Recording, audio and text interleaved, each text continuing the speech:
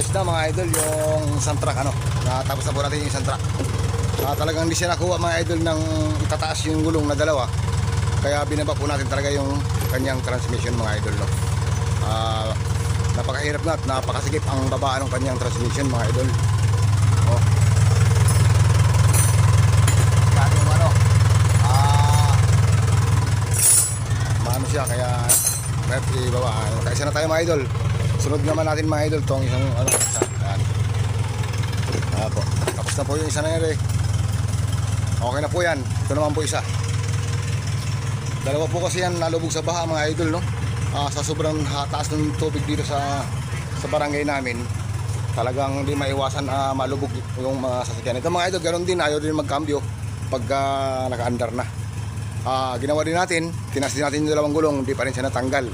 Dahil nga ito nakababad ng dalawang mga idol.